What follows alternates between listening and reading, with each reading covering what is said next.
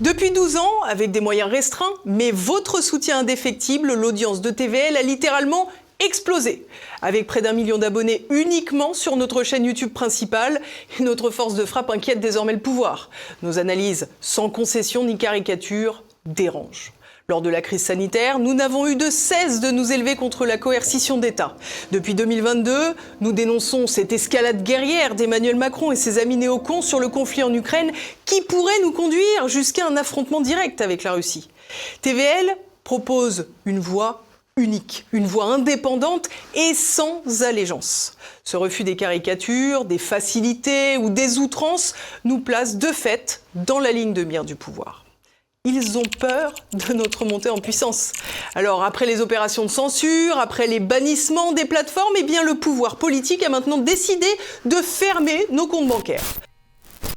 Mais alors, je peux vous le dire, cette nouvelle opération de déstabilisation politique n'aura pas plus de succès que les précédentes. À TVL, on a le cuir épais. On ne se laissera pas abattre. Nous avons déjà accompli les démarches nécessaires et trouvé une solution. Et dès à présent, vous pouvez refaire un don à TVL de façon sûre et sécurisée.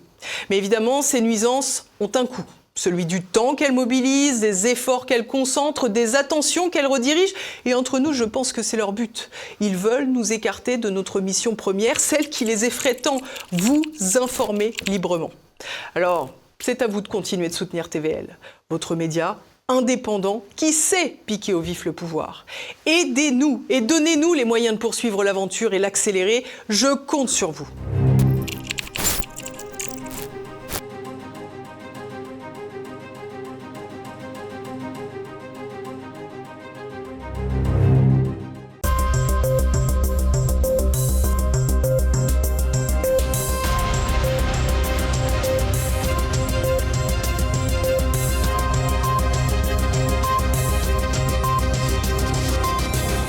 Madame, Monsieur, bonsoir. Je suis très heureuse de vous retrouver ce soir. Au programme, une question autour de la guerre en Ukraine. Volodymyr Zelensky va-t-il faire les frais de sa stratégie jusqu'au boutiste? Alors que les négociations patinent, le président ukrainien pourrait bien souffrir du blocage. Nous partirons ensuite aux États-Unis où des émeutes surprenamment organisées mettent à feu et à sang la ville démocrate de Los Angeles après que Donald Trump a fait arrêter des clandestins. Et puis retour sur les pèlerinages de Pentecôte qui ont rassemblé quelques 25 000 marcheurs sur les routes chartraines. La paix en Ukraine patine toujours aux plus grandes dames de Donald Trump. Alors que le président américain aimerait se débarrasser des conflits actuels, il fait face à une impasse dans les négociations. Une situation dont Volodymyr Zelensky pourrait finir par faire les frais. Explication.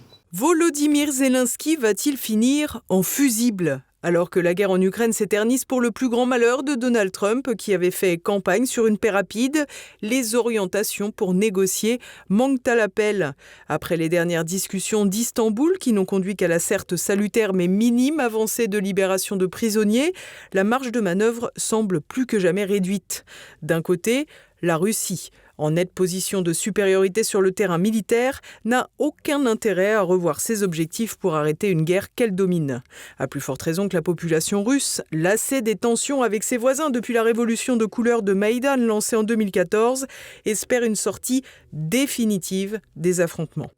Les diverses incursions et frappes ukrainiennes en territoire russe n'ont d'ailleurs dans ce cadre que renforcé la détermination des Russes à poursuivre la guerre. Certains considèrent d'ailleurs que Vladimir Poutine a la main trop légère. De l'autre côté, l'Ukraine est à la peine sur le front malgré le courage des soldats recrutés de plus en plus vieux et de moins en moins nombreux au vu des désertions. Mais face à cette situation sur le terrain, ces dirigeants politiques semblent refuser de voir les réalités pour poursuivre la fuite en avant. Les frappes organisées la semaine dernière s'inscrivaient dans ce nouveau cadre d'initiatives disparates et déconnectées du front. Par ailleurs, si les médias occidentaux ont largement relayé le succès relatif de l'opération menée sur les bases aériennes, ils ont eu celle lancée sur les ponts supportant des voies de chemin de fer près de Briansk et Koursk, qui ont pourtant tué près d'une dizaine de civils et blessé beaucoup d'autres. Des frappes qui ressemblent à des opérations clandestines, pas très loin du terrorisme, comme l'expliquait l'ancien colonel du renseignement suisse, Jacques Beau. En réalité, déjà en avril 2024, lors d'une réunion entre services secrets américains et ukrainiens, le directeur du renseignement militaire ukrainien a déclaré qu'au vu des résultats de la fameuse contre-offensive de 2023, qui avait d'ailleurs totalement échoué, eh bien, il fallait passer à une stratégie dite asymétrique, c'est-à-dire passer à des actes de terrorisme. Des initiatives bien loin d'être au goût de Donald Trump, dans la mesure où elles sont de nature à retarder la paix et même à alourdir les exigences de Moscou. Toujours est-il que Trump veut qu'il y ait une négociation. Il a bien compris que faire ces opérations, et surtout d'ailleurs l'attaque terroriste à Bryansk et Belgorod, était de nature à mettre en danger tout le processus de négociation. On voit bien que les Américains ont compris qu'ils n'ont aucun levier pour influencer les Russes, que les Russes avancent sur le terrain et que par conséquent, à un moment ou à un autre, il faudra se rendre à la réalité et finalement aller à la table de négociation. Un Volodymyr Zelensky qui sait désormais que négocier pourrait précipiter sa chute politique après une ascension directement promotionnée par Washington et ses relais néoconservateurs. En réalité, tout porte à croire que la question principale qui se pose aujourd'hui pour le président ukrainien n'est pas de savoir s'il va être exfiltré du pouvoir, mais plutôt par qui ? Les Américains, qui veulent désormais négocier coûte que coûte directement avec la Russie sans lui, ou son entourage extrémiste qui refuse de céder sur aucune des exigences de Moscou, à commencer par l'appartenance à l'OTAN, que Trump a pourtant déjà exclue. De violentes émeutes ont éclaté en Californie, à Los Angeles, contre la politique migratoire de Donald Trump. Le président américain a ordonné le déploiement de 700 Marines, un vrai symbole alors qu'il est confronté à la menace d'une propagation de la contestation. Explication d'Édouard Chano. Comme un parfum de guerre civile entre la Maison-Blanche et la Californie. Lundi, Donald Trump a annoncé envoyer 700 Marines pour contribuer au maintien de l'ordre à Los Angeles, véritable bastion démocrate. Depuis 5 jours, les émeutes ne faiblissent pas après les arrestations d'immigrés clandestins menées par la police fédérale. Sur Truth Social, le dirigeant américain a qualifié les manifestants d'insurgés après avoir ordonné l'envoi de la garde nationale en passant outre l'avis du gouverneur démocrate de Californie, Gavin Newsom. À Los Angeles, ville de 4 millions d'habitants, une étincelle semble suffire. Avec près de 49% de la population latino et à 35% immigrés, les contestataires ne manquent pas, d'autant plus que la ville s'érigeait en prétendue ville sanctuaire, c'est-à-dire refusant de coopérer avec les autorités fédérales et ses lois migratoires. Les médias américains rapportent les arrestations de manifestants par la police de Los Angeles. Le scénario de la propagation se profile, une menace qui expliquerait l'envoi des Marines, selon Pascal-Emmanuel Gobry, cofondateur du média Policisphere. C'est pas les plus grosses émeutes de l'histoire, mais c'est des grosses émeutes qui justifient effectivement une réponse forte et rapide. Juridiquement, il a totalement le droit de le faire. Quand il y a un trouble civique grave, donc ça a été le cas dans des émeutes par le passé, mais on pense aussi à des catastrophes naturelles, le président des États-Unis a dans la loi parfaitement le droit de déployer des unités militaires. Ces Marines, ils auront une mission de protection des bâtiments, donc c'est pas eux qui vont faire la course pour interpeller les mecs et encore moins les tirer comme des canards, hein, c'est pas du tout ça l'idée. C'est plus de décharger les forces de l'ordre qui sont déjà sur place pour leur permettre, eux, de faire le travail d'interpellation et de maintien de l'ordre. Est-ce qu'il y a un côté symbolique avec le fait de déployer des Marines ? Oui, évidemment, mais le symbole aussi a une valeur puisque c'est une démonstration de force et de volonté d'écraser ces émeutes. À l'origine de l'étincelle, l'arrestation la semaine dernière de 45 individus par les agents de lutte contre l'immigration illégale. Parmi eux, rapportait le New York Post, des membres de gangs, des agresseurs sexuels et des trafiquants de drogue. Pour Pascal-Emmanuel Gobry, ces émeutes ne sortent pas de nulle part au vu des individus. Les types sont en ce moment en train de mettre le feu aux voitures et de piller les magasins, etc., etc. Et ce que les Français ne savent peut-être pas, mais que les Américains savent très bien, et ceux notamment qui vivent dans les zones le long de la frontière mexicaine, c'est qu'il y a des liens très proches entre l'immigration clandestine et les cartels de la drogue mexicains, qui donc sont présents au Mexique, mais aussi aux États-Unis, qui sont des organisations criminelles extrêmement organisées, extrêmement puissantes, militarisées, avec énormément de ressources, etc., etc. Et donc, ce ne sont pas des manifestations spontanées. C'est une réponse par un mélange d'ONG d'extrême gauche et crime organisé dont l'objectif est d'intimider l'État fédéral américain pour qu'il arrête, ou en les cas qu'il mette le frein sur sa politique de retour au maintien de l'ordre et d'appréhension des immigrés clandestins. Voilà, donc c'est ça le contexte qu'il faut avoir en tête. Donald Trump, dans sa tête, lui, il lutte contre des cartels qui amènent à travers la frontière des immigrés clandestins qui sont exploités. Mais qu'à cela ne tienne, le procureur général de Californie a annoncé poursuivre le président pour excès de pouvoir en violation de la Constitution. Les échanges entre Trump et le gouverneur Newsom ont franchi un nouveau cap le 8 juin. Tom Homan, le conseiller immigration de Donald Trump, a menacé de faire arrêter le gouverneur si elle s'interposait dans la mise en œuvre de la politique fédérale. Lundi, le président américain a acquiescé, fustigeant l'incompétence de Gavin Newsom, le premier intéressé qui compte parmi les candidats démocrates potentiels pour la prochaine présidentielle, a joué la provocation. « Allez-y, arrêtez-moi », a-t-il lancé à l'administration républicaine. Mais derrière cette joute verbale, une réalité, souligne Pascal-Emmanuel Gaubry. Cette annonce, elle ne tombe pas de nulle part. C'est Tom Homan, qui est effectivement responsable de tous les sujets immigration pour le gouvernement fédéral américain, a dit dès son entrée en poste et même avant, dans le droit américain, le fait de fournir en connaissance de cause de l'assistance à des immigrés clandestins, de les cacher, d'empêcher de les appréhender, etc., c'est illégal, c'est puni pénalement. Et il a déclaré, s'il y a des responsables politiques ou des élus qui font des actes illégaux, le fait qu'ils soient responsables politiques ou élus ne les mettra pas à l'abri d'éventuelles poursuites, d'une éventuelle arrestation et d'éventuelles poursuites dans la loi, donc avec procureur, juge, etc. C'est pas la Gestapo. C'est pas une prise de pouvoir. Donc tout ça se ferait selon la loi. On verra s'il met sa menace à exécution. Moi, je parierais que non, mais c'est possible. Une nouvelle fracture aux États-Unis qui pourrait, par certains aspects, rappeler une révolution de couleurs. Des milliers de marcheurs sur les routes chartraines. Les pèlerinages de Pentecôte ont rencontré encore un franc succès cette année. Après la hausse du nombre de baptêmes à Pâques, l'Église catholique fait donc le plein d'espérance. Des images et des entretiens réalisés par Renaud de Bourleuf, Olivier Frère-Jacques. 19 000 d'un côté, 6 000 de l'autre, les pèlerinages de Pentecôte ont fait le plein une nouvelle fois. Alors que les pèlerins rattachés à la fraternité sacerdotale Saint-Pédis marchaient de Chartres à Paris, ceux du pèlerinage de Notre-Dame de Chrétienté ralliaient Chartres depuis Paris. Ces pèlerinages ont pour particularité de rassembler des fidèles adeptes du rite tridentin dit de Saint Pie V, c'est-à-dire la messe célébrée dans sa forme d'avant le Concile de Vatican II, forme à laquelle de nombreux catholiques demeurent attachés. En constante progression, ce pèlerinage a une nouvelle fois croulé sous les demandes et de nombreuses personnes n'ont pas pu se rendre sur les routes, faute de place, et alors que l'organisation doit compter avec des défis logistiques toujours plus complexes. De ce côté, pas d'incident, et à l'arrivée à Chartres, les pèlerins se sont montrés soulagés et ravis. Comme tous les ans depuis un certain nombre d'années que je fais, c'est toujours la même chose, c'est une impression de soulagement énorme. Parce que c'est vrai que dans une année complète, on n'a jamais l'occasion de se retrouver comme ça et de vivre vraiment,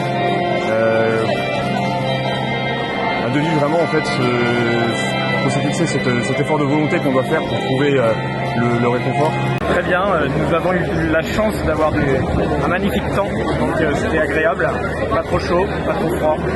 Voilà, des bons moments de prière, de plus en plus de pèlerins. Une organisation très élaborée, très aboutie et surtout ce qui a marqué le pèlerinage, c'est le sermon de Monseigneur Schneider hier et l'adoration le soir au bivouac de Gaz. Ces 3 jours de marche jusqu'à Chartres, c'est la montée vers la sanctification, le sacrifice pour se sanctifier, pour progresser dans sa foi. Des pèlerins conquis et avec eux des centaines de prêtres venus dispenser les sacrements et prêcher l'évangile et recharger les batteries pour l'année à venir. Alors, comme prêtre, évidemment, c'est pour confesser en particulier et accompagner les pèlerins. Et puis en même temps, ça nous redynamise pour repartir pour l'année qui suit, évidemment. Et on a besoin de temps en temps comme ça, de ces moments forts. Et on est porté en fait par la prière de tous. Donc évidemment que le pèlerinage n'est pas qu'un moment sympathique où on retrouve des amis aussi. Mais c'est surtout un moment où on est porté dans la prière. On revient avec joie.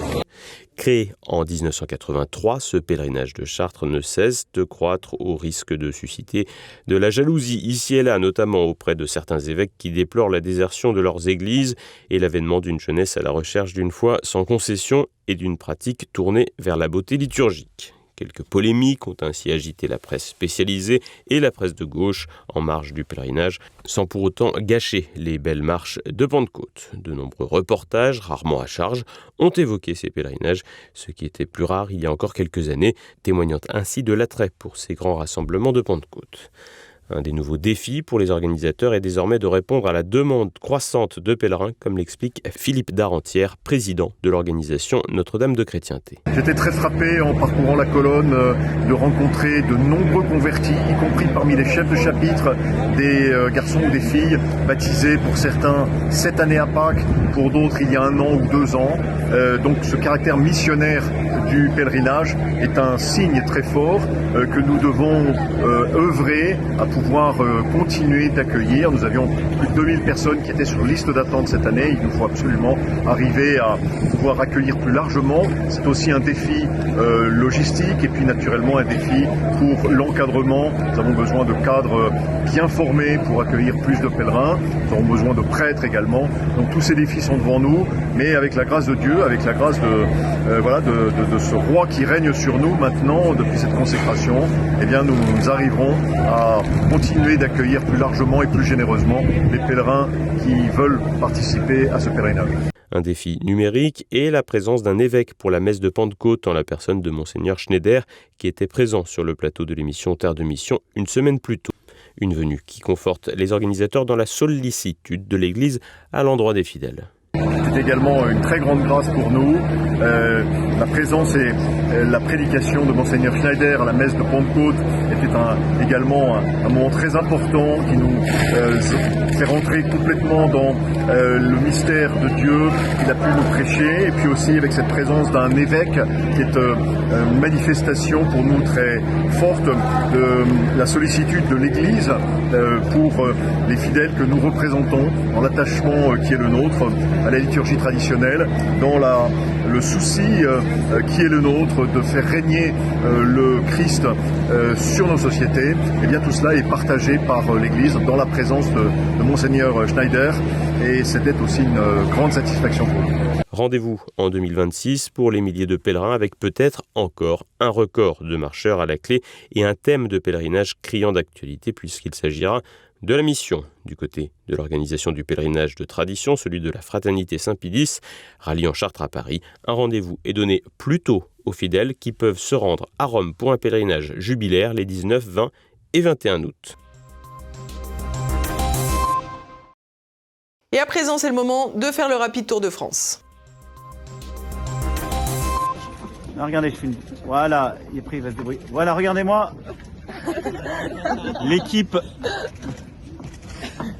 Enoch, bravo. Macron content, le chef de l'État s'est félicité du sommet des Nations Unies sur l'océan à Nice, avec à la clé le traité sur la haute mer visant à protéger la biodiversité des eaux internationales. Ce traité adopté en 2023 cherche à réguler l'exploitation des ressources marines et à créer des aires protégées dans ces zones représentant 64% des océans. Bien que signé par 116 pays, seuls 32 l'avaient ratifié avant le sommet. Emmanuel Macron a annoncé que 50 pays l'ont désormais approuvé, avec 15 autres engagements fermes d'ici fin 2025. Rendant l'entrée en vigueur imminente, mais pas encore officielle. Des initiatives comme le renforcement de Mercator Océan International, la création d'IPOS pour conseiller les pays, ou encore Space for Ocean pour évaluer la biodiversité marine, ont également été saluées, malgré les défis persistants pour préserver les océans.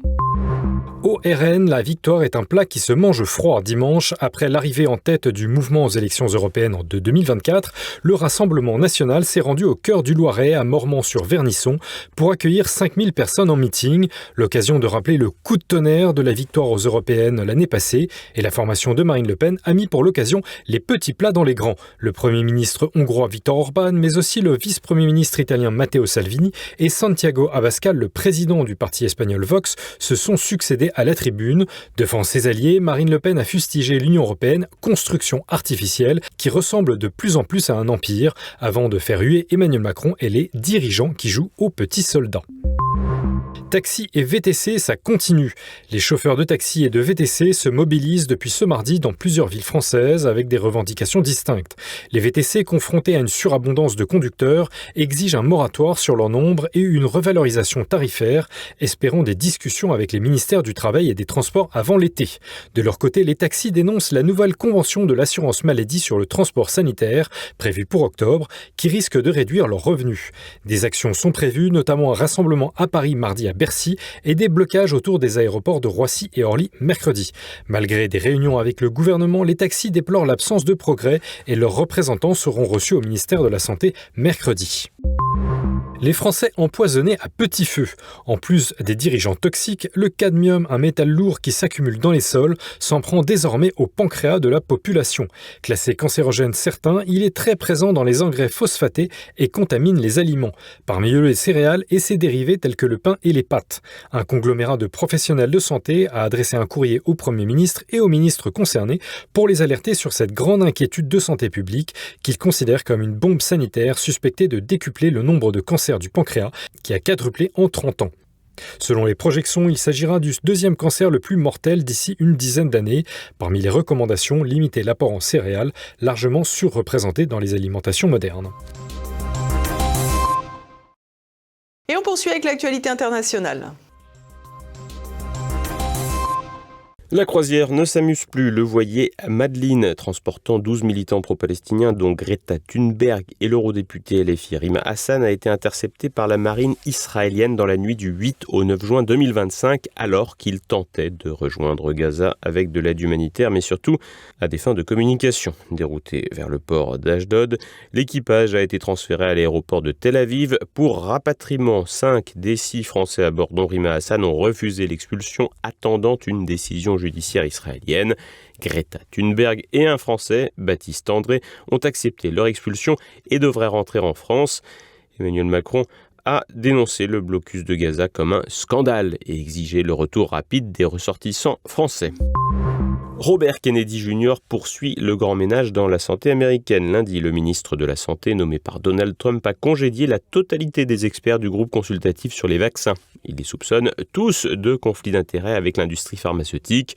Robert Kennedy Jr. a expliqué vouloir rétablir la confiance du public vis-à-vis du domaine de la santé et particulièrement de l'efficacité des vaccins, dont le nombre a été multiplié ces dernières années, outre le délire autour de la piqûre prétendument contre le Covid-19. Les démocrates ont profité de l'occasion pour critiquer une nouvelle fois l'administration Trump. Bernie Sanders est même sorti du formol pour déplorer que Kennedy Jr. mène une guerre contre la science. Fin de citation. Robert Kennedy Jr. est souvent critiqué pour sa croisade contre le vaccin ROR, contre la rougeole, les oreillons et la rubéole, qu'il relie à une surreprésentation de l'autisme. Au Mali, le groupe russe Wagner tire sa révérence. Active dans ce pays du Sahel pour le moins instable depuis 2021, le groupe paramilitaire privé a annoncé le 6 juin sur sa chaîne Telegram mettre un terme à ses opérations. Son avenir était bien sûr incertain depuis la mort de son chef Evgeny Prigojine en août 2023 dans un crash d'avion, 2 mois après l'étonnante tentative de rébellion contre Moscou. Le groupe Wagner sera remplacé par l'Afrika Corps, créé fin 2023 et constitué de nombreux de ses anciens. Petite différence néanmoins, cette unité est directement placée sous l'autorité du ministère russe de la Défense. Il assurera donc de manière plus officielle la coopération militaire entre Moscou et Bamako qui s'intensifie depuis la place laissée vacante par la France en novembre 2023. Et nous approchons de la fin de cette édition. Dès à présent, retrouvez Choc du Monde. Édouard Chano reçoit le professeur Thibaut Gibelin pour évoquer l'affront du Premier ministre hongrois Viktor Orban contre Bruxelles. Il serait complètement illusoire d'imaginer qu'on peut soudainement avoir un monde parfait, un château de contes de fées qui surgit comme ça de peut-être un demi-siècle de démission nationale à un rythme galopant.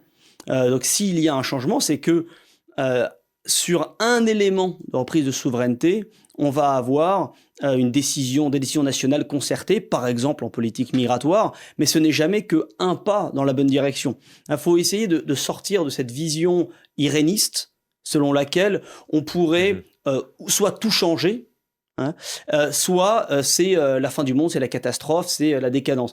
On vit dans l'ordre de l'imperfection, on vit dans une lutte politique qui est toujours à couteau tiré, et où aucune victoire n'est garantie et où aucune défaite n'est définitive. Également, le Zoom du jour, l'ancien politique suisse Oskar Freisinger, il présentait son dernier roman, Verseau. C'est à présent la fin de cette édition. Merci à tous pour votre fidélité. Rendez-vous demain même lieu, même heure. Bonsoir.